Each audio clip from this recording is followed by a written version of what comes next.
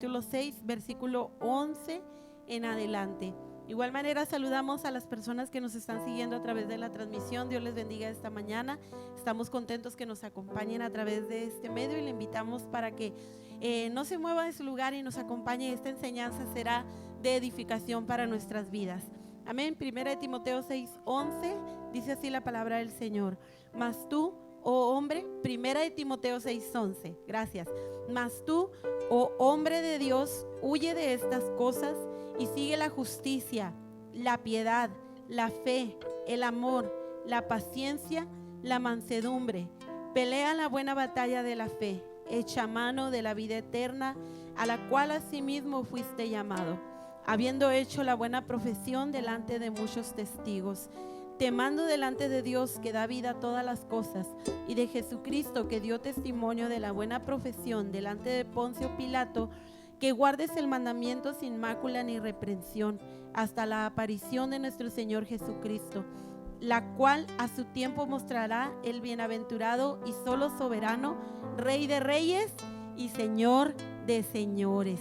Amén. Vamos a dar gracias a Dios y poner esta escuela dominical en las manos del Señor. Amén. Invito para que ella en su lugar nos acompañe con esta oración. Bendito Dios, te damos gracias en esta mañana.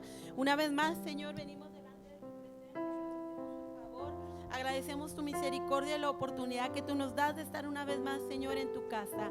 Gracias, mi Dios, por la oportunidad de vida que hoy nos das y la salud que hoy nos prestas. Pedimos bendigas esta escuela dominical. Bendiga, Señor, a cada uno de los maestros, de los alumnos, mi Dios, y nos permitas aprender tu palabra. Sobre todo, Señor, prepáranos, mi Dios, para cada día pelear la buena batalla de la fe y guardar, Señor, esta enseñanza, guardar tu palabra, no solamente, Señor, de nuestros labios hacia afuera, sino con todo nuestro corazón. Te damos gracias en el nombre precioso de Jesús. Amén. Así cantamos un canto y después de ello pasamos a nuestras clases. Ven, es hora de adorar. Ven, abre tu corazón a Él. Ven, ante su trono estamos. Ven, ante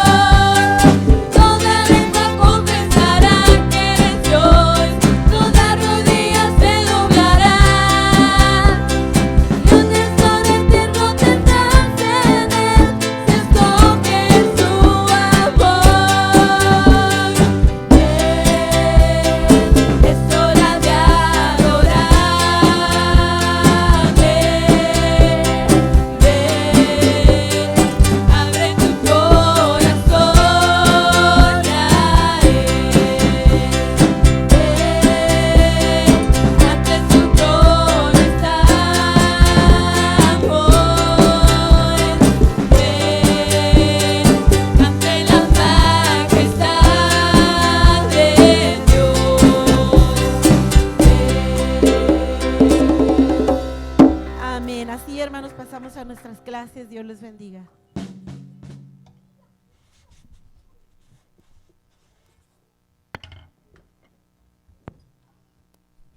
Muy buenos días, hermanos. Dios les bendiga. ¿Cómo están, hermanos? Quiero invitarlo a que tome su asiento, por favor. ¿Cómo ha estado su semana, hermanos? Muy ocupada. Yo creo que de alguna u otra manera nos adaptamos a la situación, ¿verdad, hermanos?, en la que nos encontremos. Creo que es una bendición estar en la casa de Dios como cada vez que venimos. No importa el día, hermanos, que estemos aquí, es una bendición estar en la casa de Dios.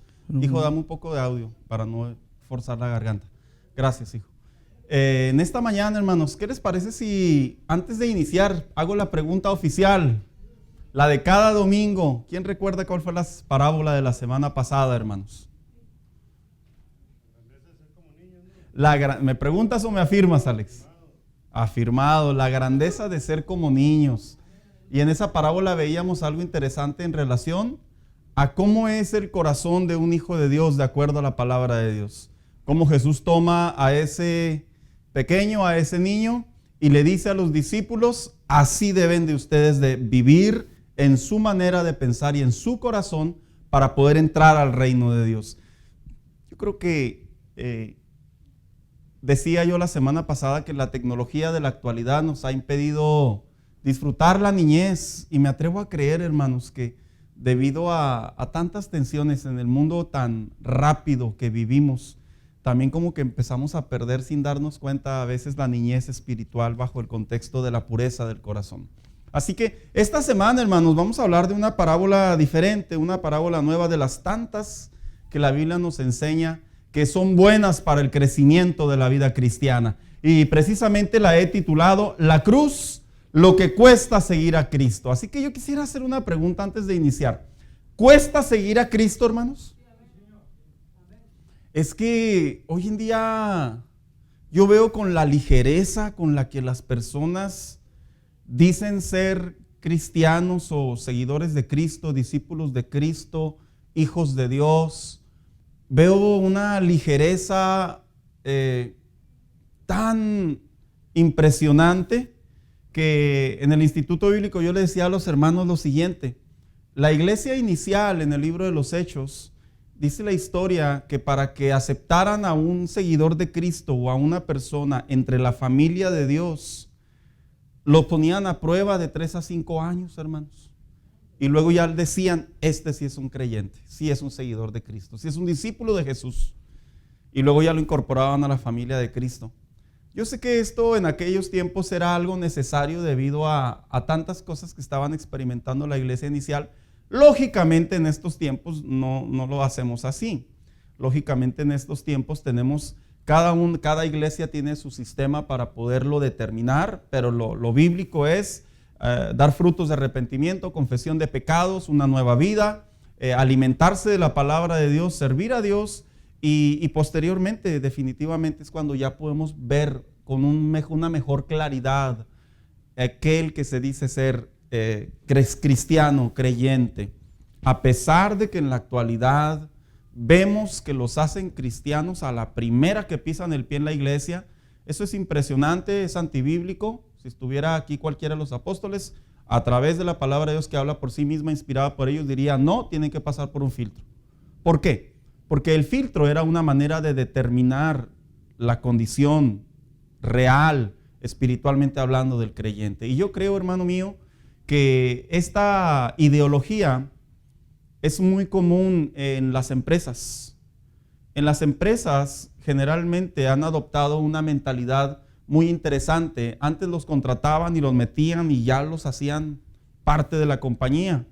Y yo creo que las empresas comenzaron a darse cuenta de ciertas deficiencias, y entre ellas es precisamente el darse cuenta la importancia que tiene que ver si esa persona en realidad quiere trabajar ahí, da fruto, esfuerzo, resultados. Y hoy en día las empresas adoptan un pensamiento que es muy doloroso para muchas personas, que es que los contratan y los ponen ¿a qué? A prueba. Yo creo que eso pasa mucho en los contratistas, ¿verdad, Oscar? hermano Carreto, Oscar, Alex, hermano Paz, que llegue alguien y les diga, oiga, no, pues yo soy carpintero, no, pues yo soy albañil, no, pues yo soy Peter Pan, ¿verdad? Usted le diría tal vez. ¿Qué diría usted? Bueno, pues vamos a ver si es cierto, ¿verdad? Y usted lo estaría observando detenidamente. Esta mañana vamos a hablar de esa parábola que Jesús tuvo que hacer un freno sobre la sociedad. Porque generalmente el cristiano o el cristianismo en los tiempos de Jesús fue algo muy atrayente. Y Jesús quiso hacer a un lado las emociones de la sociedad y que la sociedad formara raíces y convicciones. Porque yo creo que eso es lo que determina una buena vida cristiana. No determina el decir, vengo a la iglesia porque tengo una broncototota, vengo a la iglesia porque ya me andaba muriendo, vengo a la iglesia para que me alivianen. No, esas mentalidades definitivamente son que tienen un inicio y tienen un fin. Pero cuando viene Cristo al corazón de la vida del creyente, verdaderamente entendemos lo siguiente, que no importa si haya o no haya, el nombre de Dios es glorificado. No importa si tengamos o no tengamos, nuestra relación con Dios no depende de las posesiones, sino depende de ¿qué? De lo que hemos comprendido, de la necesidad de un Salvador en nuestro diario vivir y del Espíritu Santo que gobierna nuestra manera de actuar. Así que en esta mañana, hermanos, vamos a dar inicio a esta parábola que está ubicada en el Evangelio según San Lucas, capítulo 14, versículo del 25 al 33. Y cuando lo tenga por ahí, dígame amén. Bien, vamos a dar lectura. Dice la Biblia de la siguiente manera. Grandes multitudes iban con él y volviéndose, o sea, en otras palabras, Jesús caminaba y luego atrás de él iban un montón de personas, grandes multitudes, hermanos. No eran décimas ni centésimas, se cree que eran miles y esto es real. A Jesús lo seguían millares de personas. Y dice que se volteó, o sea, dándoles a entender, a ver, vamos a ver qué está pasando aquí, ¿verdad? Y dijo lo siguiente, si alguno viene a mí y no aborrece a su padre y madre y mujer e hijos y hermanos y hermanas y aún también su propia vida, no puede ser mi discípulo. Seguimos leyendo. Y el que no lleva su cruz y viene en pos de mí, no puede ser mi discípulo, dijo por segunda ocasión. Porque ¿quién de vosotros, queriendo edificar una torre, no se sienta primero y calcula los gastos, a ver si tiene lo que necesita para acabarla? No sea que después que haya puesto el cimiento y no pueda acabarla, todos los que la vean comiencen a hacer burla de él. Mis hermanos que han estado trabajando en el área de construcción, qué duro es saber que usted ya va a terminar una casa y se le olvidó la puerta, ¿verdad? La ventana, se le olvidó, no sé, ¿cómo se llama? Los shingles, ¿cómo se llaman las piezas que ponen ahí sobre el agua que va a poner un techo y hoy la entregamos y luego llega la señora, oiga, ¿y la pieza que va ahí? No, pues es bien duro, ¿verdad, hermanos? Bien. Figure junto conmigo para poder llevar a esta parábola al entendimiento de la vida espiritual. Dice, y hacen burla de él. Pues sí, yo creo que desafortunadamente sí puede suceder. Diciendo, este hombre comenzó a edificar y no pudo acabar. ¿O qué rey, al marchar a la guerra contra otro rey, no se sienta primero y considera si puede hacer frente con 10,000 al que viene contra él con 20,000? Esta frase no era imaginatoria o de la imaginación. Esta frase que Jesús estaba diciendo era histórica, pero esa la vamos a ver la semana que entra porque yo sé por cuestión de tiempo no la vamos a poder ver hoy. Y si no puede, cuando el otro está todavía lejos, le envía una embajada y le pide condiciones de paz. Así pues, cualquiera de vosotros que no renuncia a todo lo que posee, no puede ser mi discípulo. Oiga, escuchar a Jesús en aquellos tiempos yo digo que sí era difícil, porque Jesús era blanco-negro.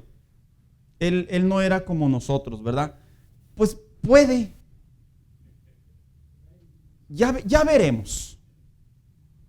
Pues vamos a ver qué pasa. Era bien difícil escuchar a Jesús, hermanos. Era una bendición, pero era muy difícil porque él llamaba blanco y negro a las cosas. Tenía sus razones.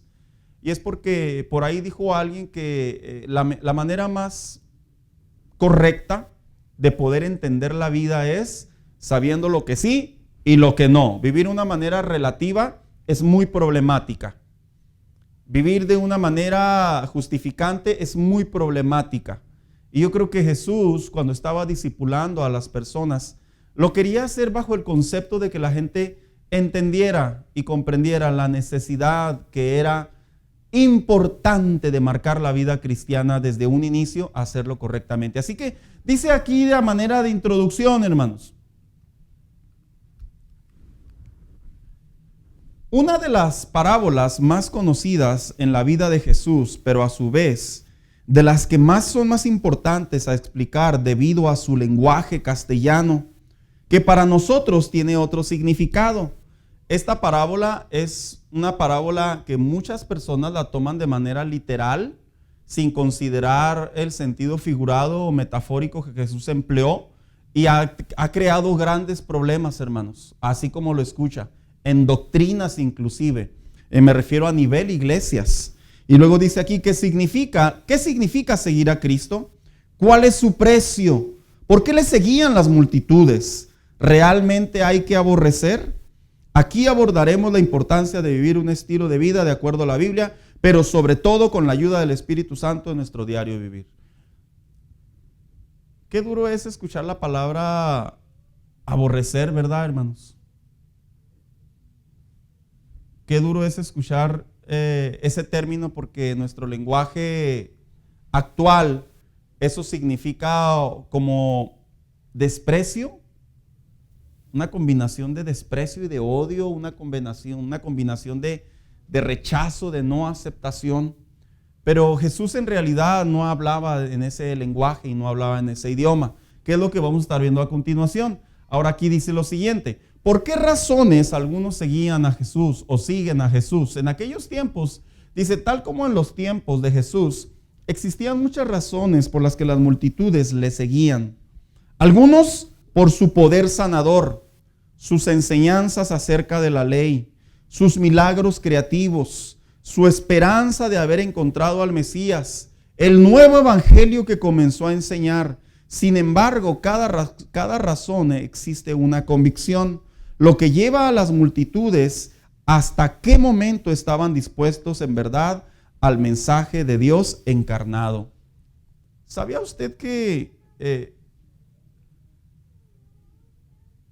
si a veces nosotros decimos, es que esa persona nomás viene a la iglesia a conseguir y a buscar novios? ¿Sí ha escuchado eso? No es novedad, hermanos, ¿verdad? Hay gente que desafortunadamente tiene ese pensamiento, que no tiene nada de malo si se encuentra una Dulcinea, pero la realidad es que la iglesia no es el punto central para congregarse ni para alimentarse de la palabra de Dios. Hay gente que entra a las iglesias porque busca un milagro y están constantemente viniendo y no faltando a la iglesia porque quieren una sanidad. Y alguien les dijo por ahí que en la iglesia sanaba a Dios y están aquí. ¿Usted a qué viene? No, pues yo vengo a conocer de Dios, pero vengo a que haga mi milagro. Jesús no era la excepción. A Jesús, de hecho, en una ocasión la Biblia enseña que sanó a 10 leprosos. ¿Y cuántos volvieron, hermanos? En otras palabras, los leprosos, lo más probable, podemos asumir, es que seguían a Jesús. ¿Por qué? Porque buscaban un milagro. A Jesús también lo seguían los fariseos, y no lo seguían necesariamente para aprender de su mensaje, del evangelio, de la gracia de Dios encarnado, sino lo seguían con la finalidad de saber si podían encontrar en él ¿qué? Fallas. Entonces, la gente, quiero que figure un montón de personas que cada uno de ellos, espiritualmente hablando, tenía sus razones por qué seguían a Jesús. Qué duro es, hermanos, ustedes que se dedican a la interacción con los trabajadores. Qué duro es cuando un empleado nomás dice, no, pues yo nomás vengo aquí a chambear por la lana. Qué duro es, ¿verdad, hermanos? La verdad. Que le digan así, yo vengo nomás por el dinero. No me importa si lo conozco, ni cómo se llama, ni quién es usted. Nomás con que me paguen. Qué duro, hermanos. ¿Sabe por qué? Porque eso significa que si en algún momento usted se le atora la carreta, en algún momento pasa algo, usted no puede contar con esa gente. Y Jesús lo que quería producir en el corazón de las personas era que las personas comprendieran cuál era la razón por la cual deberían de ser seguidores de Jesús. Que un seguidor de Jesús no es literalmente alguien que solamente sigue, sino alguien que en términos figurativos o de analogía o de entendimiento, alguien que realmente sabe lo que está haciendo. Como cuando usted sigue a alguien, ¿por qué lo está siguiendo? No, pues no sé, pues me viene persiguiendo, ahora yo lo persigo a él. Muchas de las veces no sabemos si es algún conocido, es el vecino, es la casa y nosotros lo seguimos. Jesús quería que la gente comprendiera lo que significaba verdaderamente seguirlo a él. Y esta parábola precisamente enseña lo difícil que a veces se hace en la vida cristiana seguir a Jesús. Porque hay que cargar una cruz, hermanos. Porque en la vida cristiana hay que entender que la relación con Dios, hay momentos difíciles, no de parte de Dios, sino de parte de nosotros cuando Dios guarda silencio. Hay momentos difíciles cuando la voluntad de Dios se tiene que hacer primero antes que la de nosotros. Y la vida cristiana, Jesús quería transmitirle a la sociedad, a los oyentes, a las personas que lo comenzaban a seguir, quería que escucharan por qué lo deberían de seguir. Así que esta frase, ¿por qué razones la gente seguía a Jesús? Había muchas razones. Y Jesús quería prácticamente poner en la mesa del tablero y decirle a las personas, yo quiero que si ustedes en realidad quieren seguirme, tengan estas bases. Y yo creo que es lo más natural que podemos esperar al momento de estar en comunión o en comunicación con alguien. Como el matrimonio, ¿no, hermanos? A ver, ¿por qué te casas conmigo? Por la herencia que me va a dejar mi abuelo. Por lo guapetón. Porque pues, ya ve, como dijo alguien por ahí, ¿verdad? Nos casamos y se pierde todo, hermanos. Se pierde todo y se va la línea y se va el color y salen canas y salen arrugas. Y la realidad es que en el matrimonio entendemos y comprendemos que en el matrimonio no todo es lo exterior, sino también, ¿qué, hermanos? Lo de adentro, ¿verdad? Entonces, esta parábola tiene mucho que ver con relación a ello. Y dice aquí, ¿qué significaba entonces cuando Jesús dijo aborrecer? Dice aquí la definición. La palabra aborrecer proviene del griego que significa miseo, que significa simplemente amar menos, expresando que nada debe de ser mayor a la lealtad y el amor que se debe de tener por Dios y su palabra, ya que constantemente tomamos prioridades sobre nuestras decisiones y nuestras convicciones. Qué curioso es cuando escuchamos ahora aquellos que ya teníamos conocimiento y aquellos que no también, lo que significaba lo que verdaderamente Jesús quería decir. Él no hablaba de un rechazo, él no hablaba de un odio, no hablaba de un menosprecio. Yo he conocido cristianos, creyentes, líderes religiosos, pastores, que tienen en percepción aquí que para poder ser un buen cristiano, un buen seguidor de Cristo, tú tienes que aborrecer a tu madre, literalmente.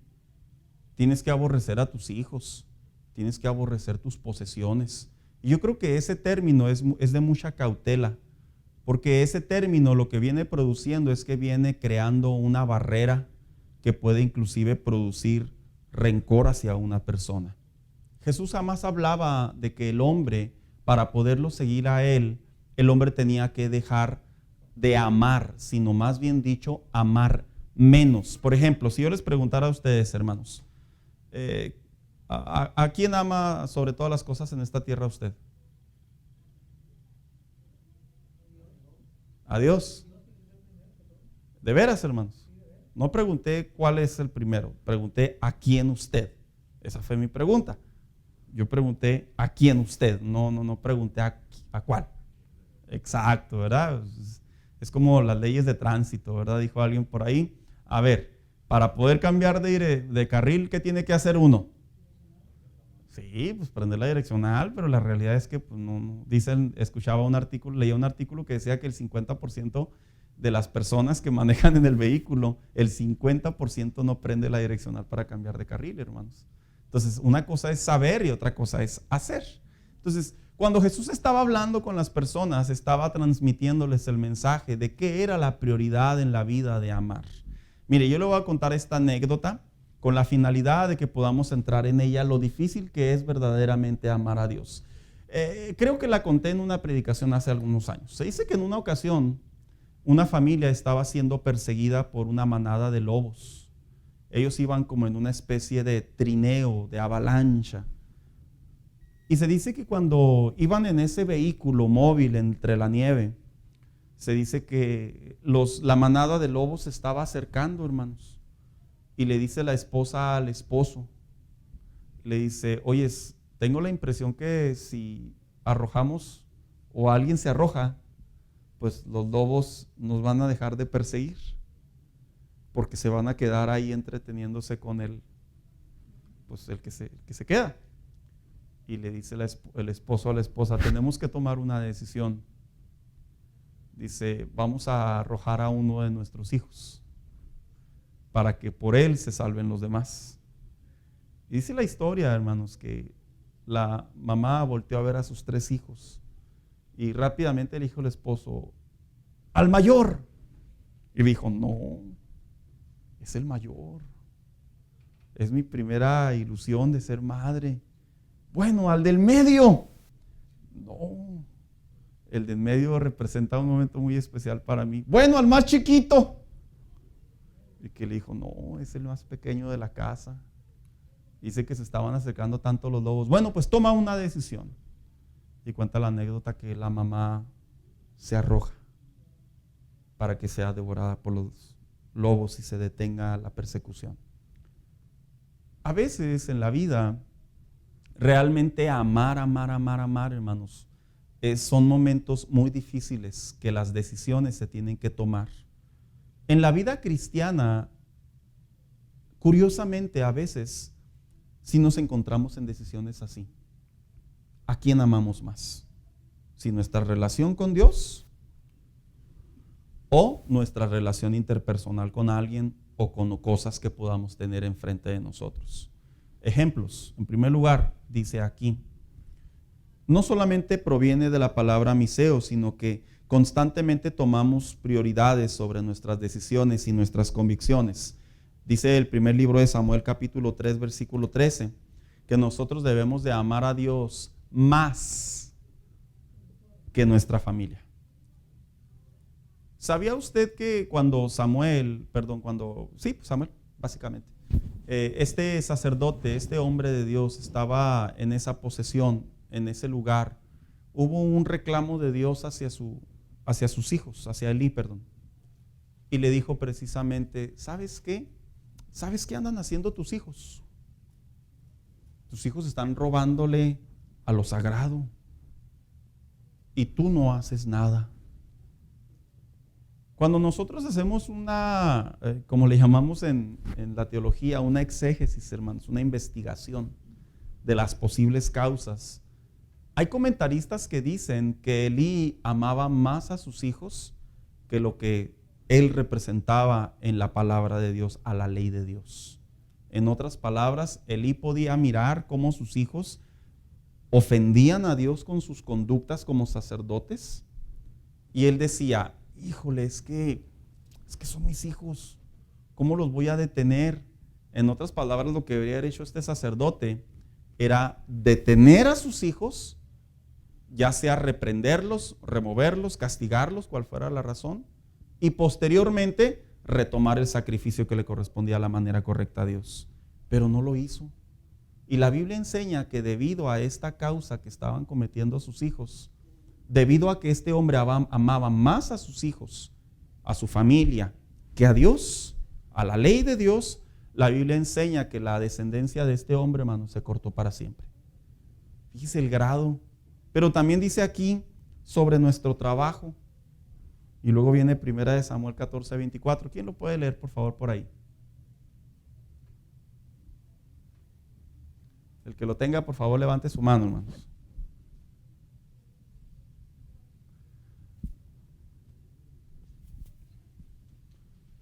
Habrá cristianos que aman más su trabajo que su relación con Dios, hermanos, que su vida cristiana. ¿Sí lo sabrá o no lo sabrá? Curioso, ¿verdad? ¿Quién lo tiene?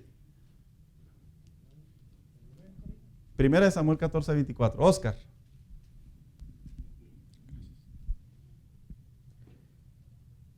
Pero los hombres de Israel fueron puestos en apuro aquel día, porque Saúl había juramentado al pueblo, diciendo: cualquiera que coma pan antes de caer la noche, antes que haya tomado venganza de mis enemigos, sea maldito. Y todo el pueblo no había probado pan. ¿Qué es lo que estaba haciendo aquí Saúl? ¿Cuántos recuerdan esta historia? ¿Quién la ha leído? Su hijo desobedeció. ¿Mande? Su hijo desobedeció, ¿Y qué estaba haciendo él? maldeciendo. Saúl maldició al que comiera. En Pero otras palabras, ¿qué dijo Saúl? Primero, mi responsabilidad como rey sin consultar a Dios. Primero, mi responsabilidad como rey que consultar a Dios. En otras palabras, cuando los reyes salían a pelea o iban a hacer guerra, los reyes tenían la responsabilidad de buscar a los sacerdotes o a los profetas y buscar la dirección de Dios. Y este hombre se airó y dijo: primero mi orgullo, mi responsabilidad, mi trabajo, que lo que Dios diga. Y yo creo que este es un caso muy actual, en donde, aunque no lo querramos reconocer, muchos cristianos sí ponen en la balanza su trabajo antes que a Dios.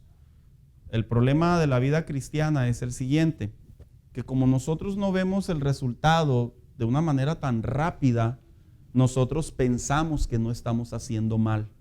Es como el que, perdón la comparación que voy a hacer, es como el que tiene diabetes.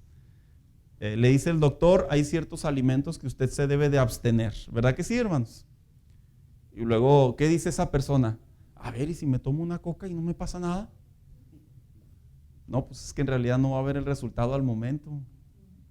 Usted le va a estar empezando a echar piedritas. La relación con Dios, lo que Jesús quería enseñar era lo mismo. Amar a Dios, o eres o no eres. Son decisiones que tú y yo tomamos de manera diaria. Y luego dice también nuestra propia vida, Juan 18:25-27.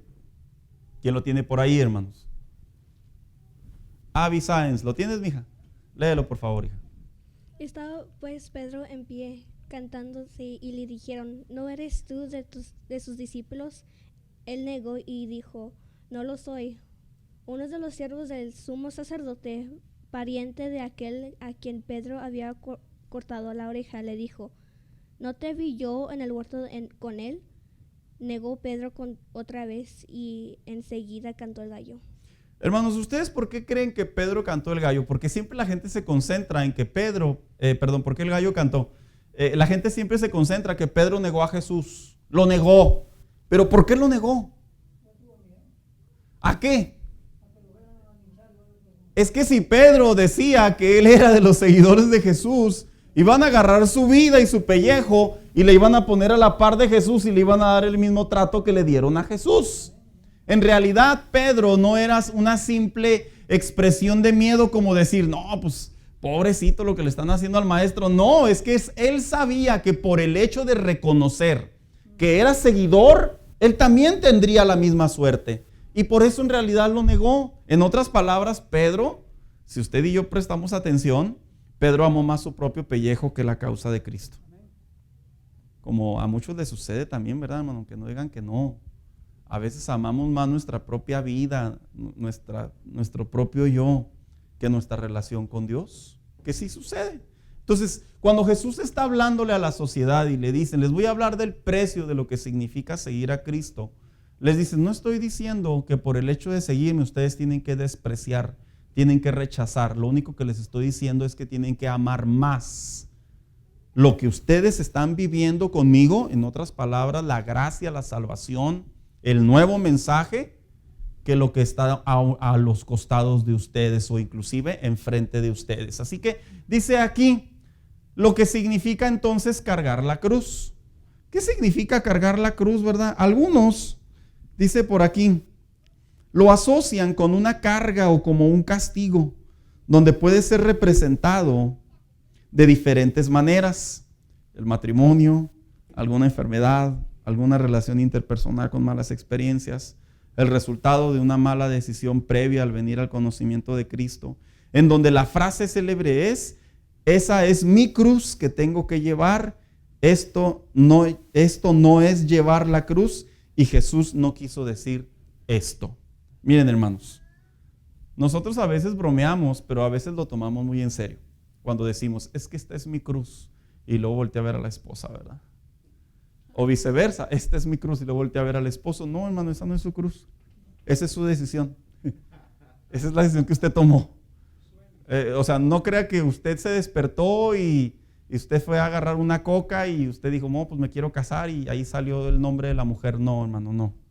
Usted andaba detrás de ella, usted andaba detrás de él. Ya se le olvidó, hermana. Ya se le olvidó, hermano. Qué curioso, cómo nos pega la insomnia a veces. Se nos olvidan las cosas. No, es que esta fue la cruz que Dios me puso en mi vida para que no se me olvide por qué tengo que orar. No, hermano, esa fue la persona que usted eligió. Cuando usted voltea a ver a sus hijos, y sus hijos estaban chiquitos, le decía angelitos. ¿Sí se acuerda, va? Sus hijos empiezan a crecer y a algunos les salen cuernitos. Y luego después usted dice dentro de sí, esta es la cruz, el más chiquito, la oveja negra de la casa. No, no es la oveja negra. Esos fueron los hijos que usted y yo quisimos tener. Así de simple y así de fácil. Es que yo me casé con esta mujer, no me casé con su madre. ¿Está seguro, hermano? A mí me dijeron que cuando me iba a casar con la familia de mi esposa. ¿A quién se lo dijeron también? ¿A usted no se lo dijeron? Debería haber preguntado. Si usted hubiera preguntado, le hubieran contestado que sí. Y en la vida cristiana hay personas que piensan que una enfermedad también es una cruz. Esta es la cruz con la que Dios me dejó vivir la vida cristiana. Pablo tenía una cruz y dice que le oró a Dios y jamás se la quitó. No es cierto, Pablo no tenía una cruz, tenía un aguijón. Una enfermedad no es una cruz. Una enfermedad es una enfermedad. ¿Y por qué lo tengo que asociar de esta manera? Porque en la vida cristiana sí existe un concepto confuso en relación a la cruz. Y cuando hablamos de la cruz, le voy a decir lo que quiso decir Jesús cuando volteó a las multitudes y le dijo, el que no lleva su propia cruz. Y dice lo siguiente aquí. Entonces, ¿qué significa llevar la cruz? Para una persona en el primer siglo, cargar o llevar la cruz significaba una sola cosa. Y significaba la muerte por la forma más dolorosa y humillante que un ser humano podía experimentar. No, pues eso está más pesado, pastor. No, espéreme, no termino de hablar. Dice aquí, debido a que era una condena que los romanos practicaban sobre un malhechor, sobre un criminal, haciéndolo cargar la cruz como símbolo de humillación y burla. Esta frase de Jesús no tenía una connotación de castigo, de humillación o de vergüenza, sino tenía una connotación de morir a nosotros mismos. Eso es lo que significa en realidad cargar una cruz. Cargar una cruz no es ser humillado por Dios. Cargar una cruz no es cargar con un pecado de nuestra vida pasada. Cargar con una cruz no es cargar una mala decisión. Cargar una cruz, lo que Jesús les quería transmitir a sus seguidores era, en otras palabras, tienen que aprender a morir a sí mismo. ¿A qué iba un hombre a una cruz? A morir. Entonces Jesús, cuando los voltea y les dice, tienen que cargar su propia cruz, lo que les estaba diciendo es, ustedes tienen que aprender a morir a sí mismo. Entonces dice aquí, ¿qué significa llevar la cruz? Significa, en palabras para nosotros, estar dispuestos a morir a nosotros mismos, lo que se le conoce como una entrega absoluta de mi voluntad en toda la extensión de la palabra por obediencia a Dios, en donde renunciamos de ser necesario a nuestros sueños, a nuestras esperanzas, a nuestras posesiones, con el fin de obedecer a Dios. Esta entrega debe de ser voluntaria, razonable y sin el menor interés de apariencia. ¿Sabe? Morir a nosotros mismos duele, hermanos. Sí duele. En todos los años que tengo de cristiano, como algunos de ustedes que tienen muchos años también en el Evangelio, ¿quién no ha escuchado historias en donde jóvenes, muchachos, terminan enamorándose de muchachas o viceversa, que no tienen temor de Dios y se enamoran a la buena, en el sentido de que los flecha el corazón, dijo por ahí el Cupido, Y luego entran a consejería del líder o del pastor y nosotros generalmente decimos lo siguiente: no puedes unirte a un yugo desigual. No lo debes hacer, es peligroso, es riesgoso. De hecho, la Biblia te dice que no lo hagas. La Biblia no te va a atar de manos y te va a decir que no lo hagas y te va a dejar en una esquina. La Biblia simplemente te dice no lo hagas. Y a mí me ha tocado ver los dos ángulos de la moneda. Me ha tocado ver jóvenes que lo toman como un consejo bíblico y dicen: no me conviene esta relación, porque es yugo desigual, no tiene temor de Dios. Él o ella quiere una vida de joven, quiere salir a las pachangas, a bailar, a enfiestarse, etcétera, etcétera. Aun cuando mi corazón, no sé, se dejó llevar, cautivar, yo qué sé. Porque hay algo bien curioso, dicen que el amor es como un misterio, ¿verdad, hermanos? Dicen que el amor es un misterio, que no sé, usted voltea a ver a alguien y le pega el amor. Pero yo soy de la ideología o de la filosofía que se aprende a amar. No me refiero que se forza a la persona, no, me refiero que usted desarrolla amor hacia una persona. Aún recuerdo aquel consejo que me dio un líder que tuve hace muchos años. Me dijo: Saúl, cuando quieras poner tus ojos en una muchacha, me dijo, primero ámala con la mente y después con el corazón. Porque si tú la amas con la mente, tú vas a razonar si te conviene. Si la amas con el corazón, te vas a cegar y te vas a perder. Y todo lo vas a malinterpretar y vas a decir que es para ti. No tiene a Cristo, yo oro más por ella. Le gusta la vida de fiestera, no le hace, yo la voy a hacer que sea una sierva de Dios. Y es que es la verdad, hermanos. Y decían precisamente en aquellos tiempos que la palabra de Dios, cuando Jesús se acercó y les dijo lo siguiente: tienen que llevar su cruz. Jesús hablaba de morir a ellos mismos. ¿Por qué? Porque los hombres, cuando caminaban con la cruz, los hombres iban agonizando o iban muriendo. Y en la cruz era el momento final en donde se acababa todo. Y Jesús le quería decir a su audiencia: el que realmente quiera seguir este evangelio, el que realmente quiera amar a Dios y conocerme y reconocerme como el Hijo de Dios, tiene que aprender a morir a sí mismo. Y cuando se habla de morir a nosotros mismos, hermanos, estamos hablando de una entrega absoluta. Entrega absoluta, hermanos, es algo muy relativo en la actualidad, ¿sí lo sabía? ¿Quién ha escuchado la frase? Porque nosotros los mexicanos hacemos muchas frases. Ando al 100. ¿Andaremos al 100 en verdad, hermanos? No. Es la mejor comida de todo el mundo mundial que me he comido. No se queda así. Este fue el negocio de mi vida. Como este no hay dos. Somos tan exagerados que esas frases son tan relativas en nuestra conducta, hermanos, que cuando yo vuelvo a plantear la pregunta en esta tarde, en esta mañana, como lo dije hace unos momentos, ¿quiénes realmente aman a Dios sobre todas las cosas? Pues yo me atrevo a creer que ya la pensaríamos para responder. ¿Por qué? Porque cuando hablamos de amar a Dios sobre todas las cosas, es amarlo inclusive sobre nuestra propia enfermedad. Es amarlo inclusive sobre nuestras propias ganancias, intereses personales, económicos, financieros. Ejemplos. ¿Cuántas de las veces no hemos conocido cristianos que han estado envueltos en negocios en donde nomás les dicen: tú nomás tienes que voltear al otro lado, yo me encargo de todo? Y uno dice: es que es mucha lana, mucho dinero. Pero usted sabía que por esas pequeñas cosas se pierde la relación con Dios. Hermano Daniel. Antes de que cometieran el error Adán y Eva, ¿sí amaban al Señor con ese amor que menciona usted, hermano? Era un estado de inocencia. Ese estado de inocencia era un estado de pureza.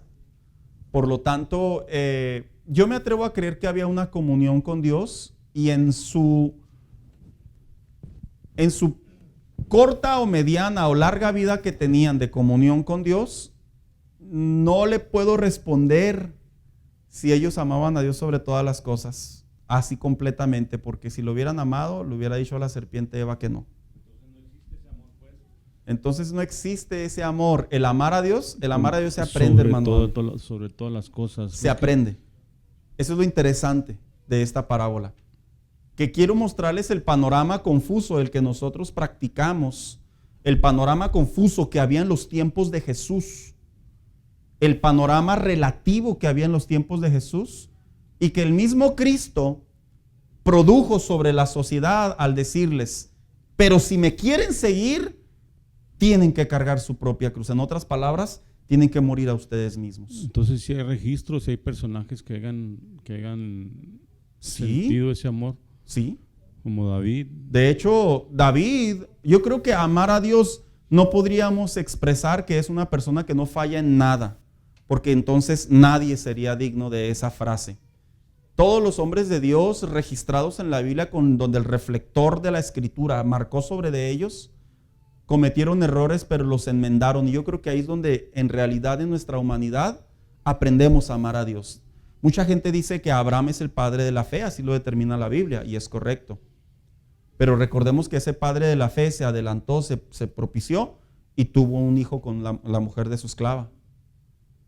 Todos reconocen a David como el dulce cantor de Israel, el hombre conforme al corazón de Dios, pero ese hombre cometió un desliz terrible, que no solo fue adulterar, sino fue mentir, engañar, mandar a la línea de batalla, a la línea caliente a otro hombre y fue un asesinato.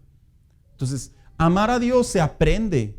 Amar a Dios es un estilo de vida. Eso es lo que vamos a estar viendo a través de esta parábola. Porque amar a Dios en realidad se va desarrollando en nuestro diario vivir. El problema radica cuando nosotros nos detenemos y nos acomodamos, nos amoldamos.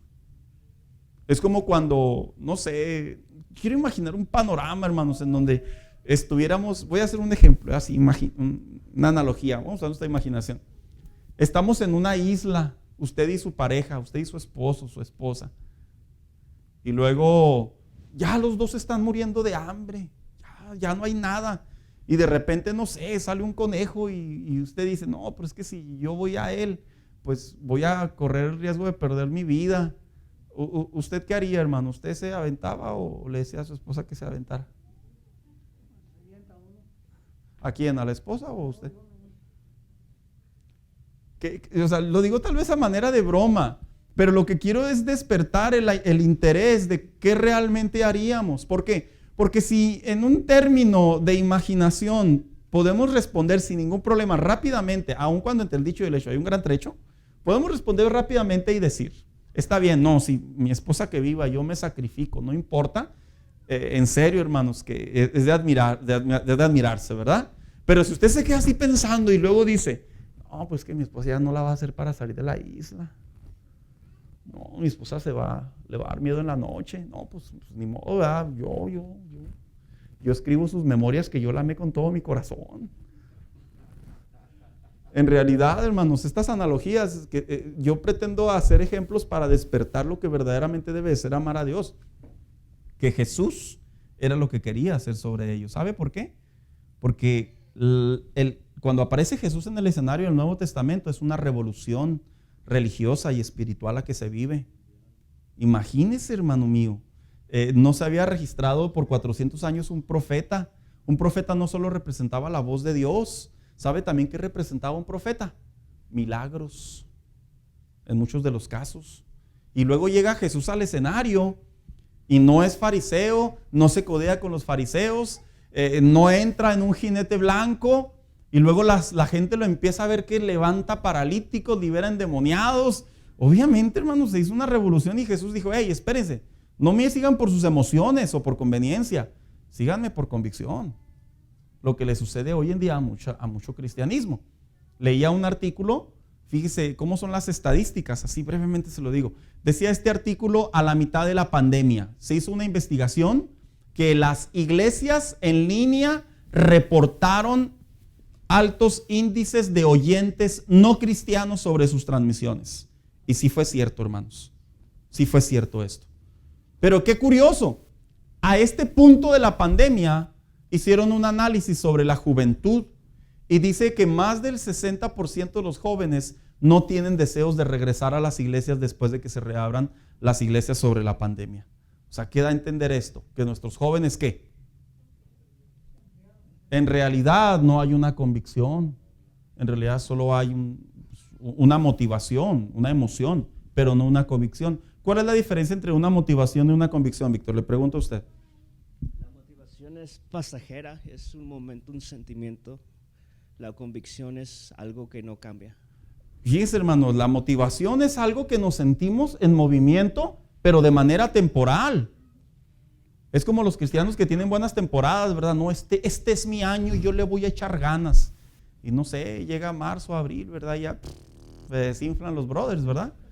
En realidad usted tenía una motivación porque empezó el año y usted dijo, el año donde Venus se une con Júpiter y pasa una estrella, la Osa Mayor, y la Biblia se abrió en el Salmo 23 y yo dije, Él es mi pastor. Y usted se motivó.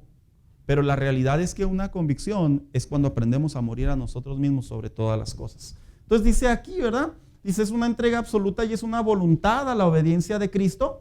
Y dice, y en donde aprendemos a renunciar con el fin de obedecer. El máximo ejemplo de una renuncia voluntaria, de ofrecerse a sí mismo, de morir a sí mismo, fue Cristo. Acompáñeme por favor con Filipenses 2 del 5 al 8, por favor.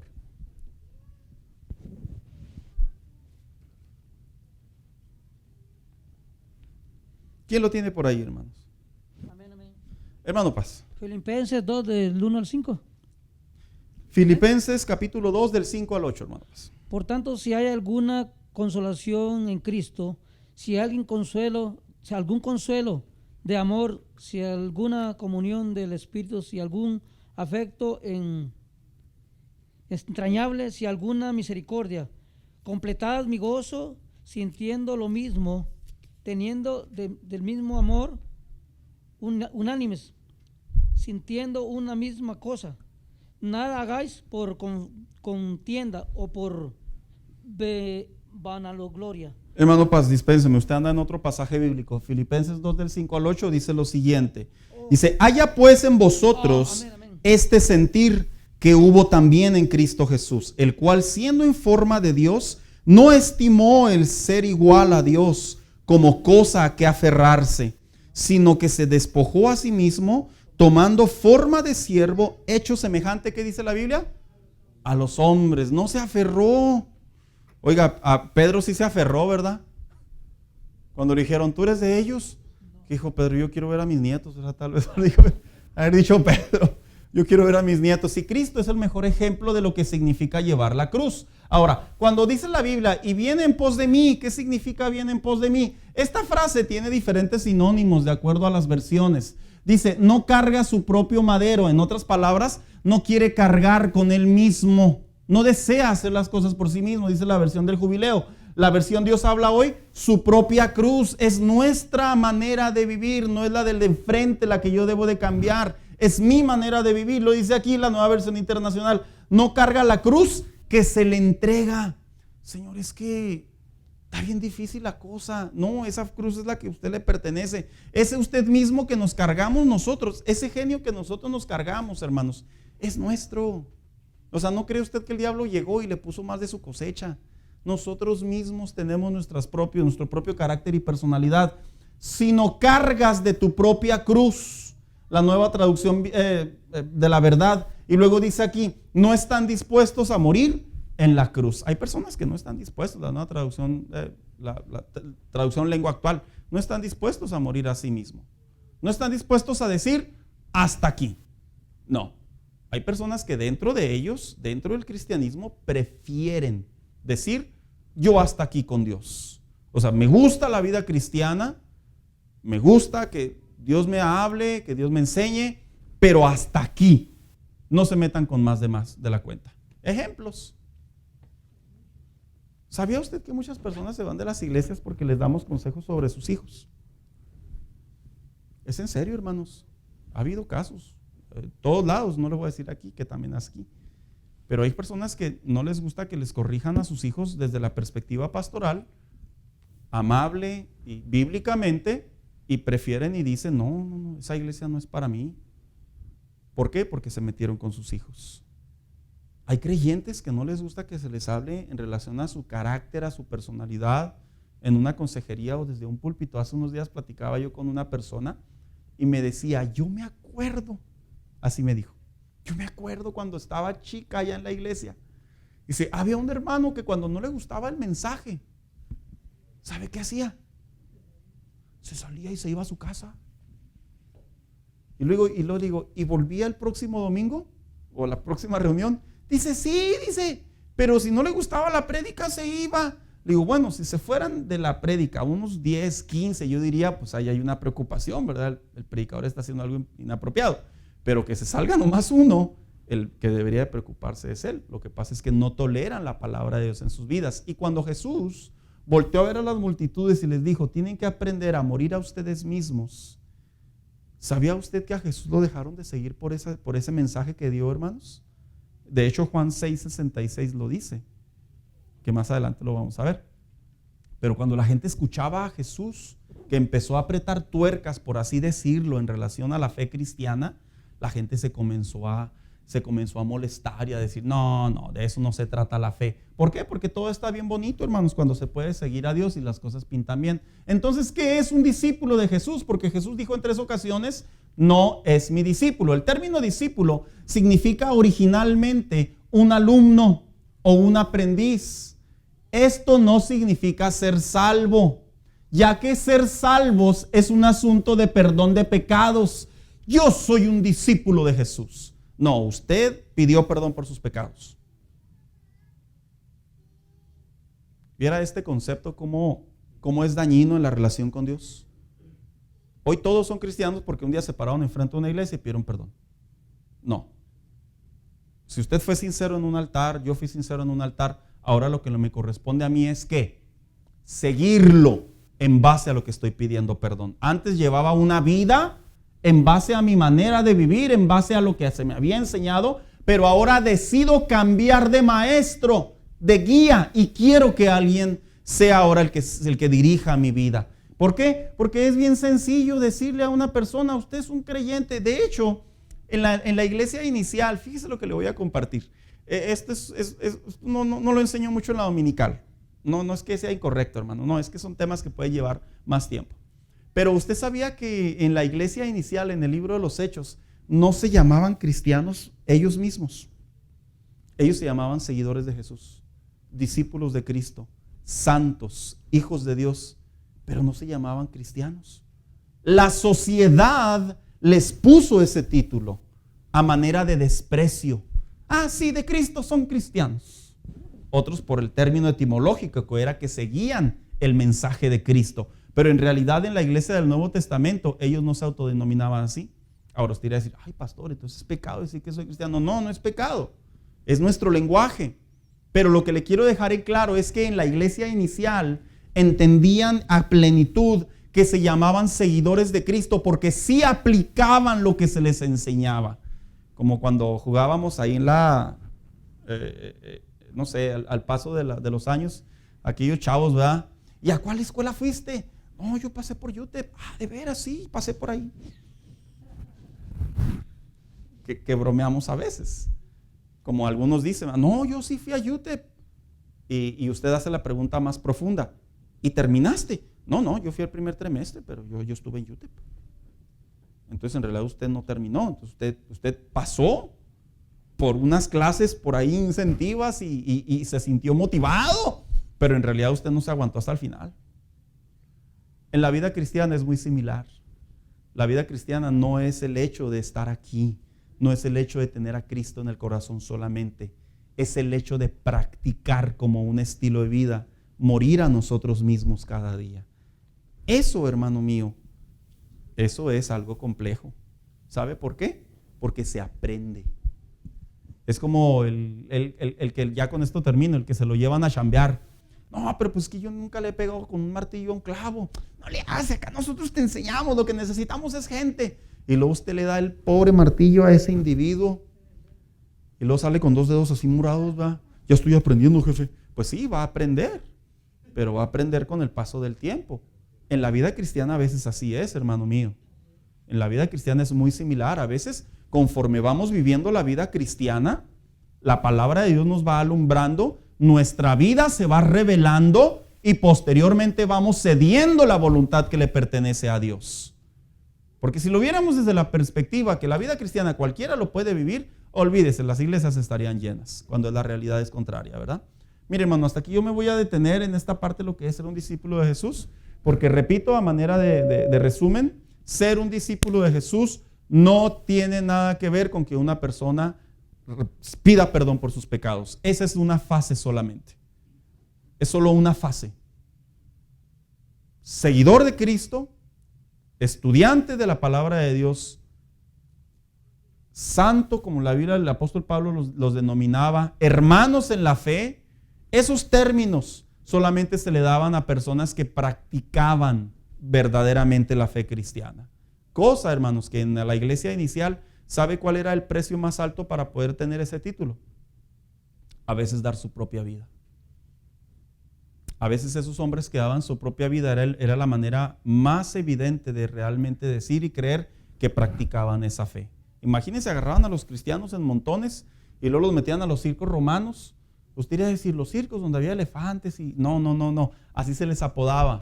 Los circos romanos eran las arenas en donde para entretenimiento de la sociedad agarraban cristianos y los ponían, los aventaban a la arena y soltaban a los depredadores, a las fieras, y ahí ellos morían por el hecho de ser cristianos. Y la historia registra que muchos de ellos morían cantando, hermanos. ¿Y sabe qué era el coraje que más le daba a los romanos? Que no se quejaban, que al contrario, cantaban mientras estaban siendo devorados, dicen los escritores antiguos. Porque verdaderamente practicar la fe cristiana, cargar la cruz, no es cuestión de solamente portar una Biblia, no es cuestión de asistir a una iglesia, es realmente morir en nuestra mente, morir en nuestro corazón, morir en nuestra voluntad, dando a entender, cedérsela a Dios. A eso tiene que ver con ello. Póngase de pie en esta mañana. Vamos a darle gracias a Dios, hermanos. Hasta aquí me quedo yo. Y le quiero pedir por ahí a nuestro hermano Paz si nos despide en oración en esta mañana.